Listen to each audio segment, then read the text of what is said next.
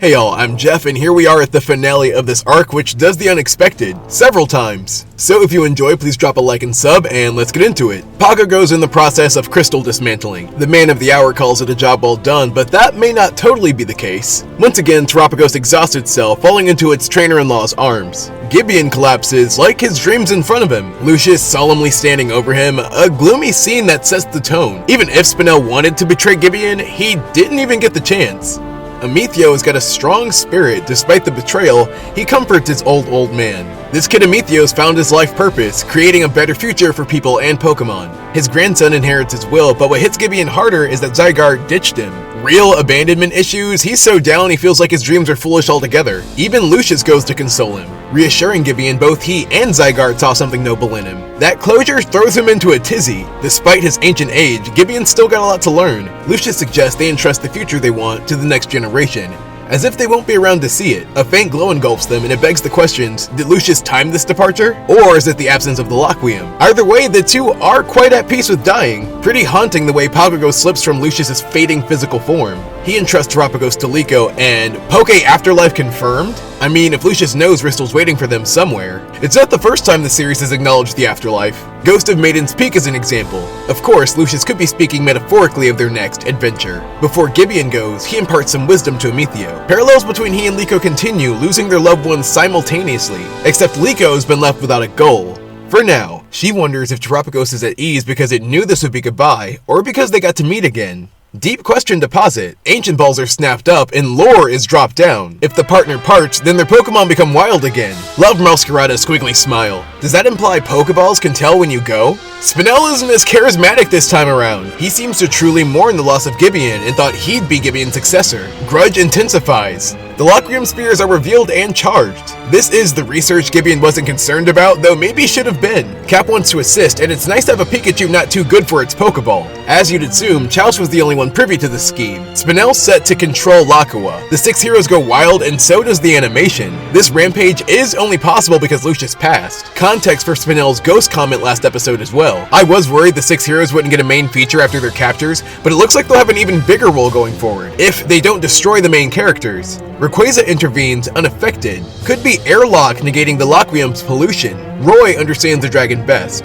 Rayquaza thinks they need to escape, and so do Kanya and Zerk. Amethio and Liko lock in, so I'd say a reunion is guaranteed. Largely Rayquaza versus the others is left to the imagination, like the explorer's intentions. Interesting that the crew knows when to retreat. I feel like Satoshi rarely did that. Definitely feels urgent as everyone withdraws. The ground splits underneath them and Liko loses Lucius's gear. I go crazy losing things. Wonder if she'd fault herself as much as I would. Friede reassures her that the material possessions are gone, but the memories aren't. They need flight, and Hatchram can assist. With Heal Pulse, she recovers one of their rides, though it exhausts her, so wonder if Healing Wish is on the way with an evolution. They make it out, and seems the whole mountain's fighting against them, flying through tornadoes of splinters. The farther they get from the heroes, the more curious I am of that battle. Meanwhile, the group's battling windstorms and earthquakes, until an acknowledged well-timed assist from the brave Olivine, except they're rising higher in altitude than the ship can handle. Finally, the most intriguing unanswered question gets resolved. The button, not a self-destruct like I said, but causes the ship to mega evolve into a rocket. This new look's called the Brave Olivine Infinite Rising. Seems like a specific answer to a specific situation, but I'll say the animation snapped again. It's also reminiscent of the Kute Burst from the Sunny. It's for emergencies due to the considerable amount of energy consumed. Such an action-packed episode, and Friede's aware they're going through it. Even when it seems like they're safe, high winds threaten to throw him off. While he struggles, he puts Cap in charge before handing him off to Liko. The man is then violently flung off the rail. That'd be traumatic to witness and experience, which Liko basically states herself. It's also the last they saw of him, even after all this time. First ever time skip in the anime, a whole year. Though I wonder if it'll be more than that once the next arc debuts. We catch up with Liko reminiscing, though she's maybe not the best artist. Time's passed, but she sounds about the same. After all that tension, this epilogue feels casual. Spinel's now risen to director and is a propaganda king. He has blamed the RBTs for ruining Lakua, effectively defamation. Maybe that's part of why Liko's laying low. Apparently there's been ongoing unknown effects around the Pokemon world. It could still be the aggressive effects we've seen from Lockweum, if the core's still present, and that's why the explorers are occupying Lakua. Seems like they've also gotten the world's blind faith, so I guess they're still doing some good. Roy's been making moves too. Got himself a Z ring, and of course a fan favorite, or at least a Nintendo favorite, Shiny Lucario. A backstory I definitely want. Wonder if he got it as a Riolu, or maybe as a gift. Caps with them with the broken goggles as a memento from Friede. Although I do think his trainer's alive, it's still crazy they let us think he fell to his demise. They did lose a lot this arc, and the next one's plan seems to be to get him back.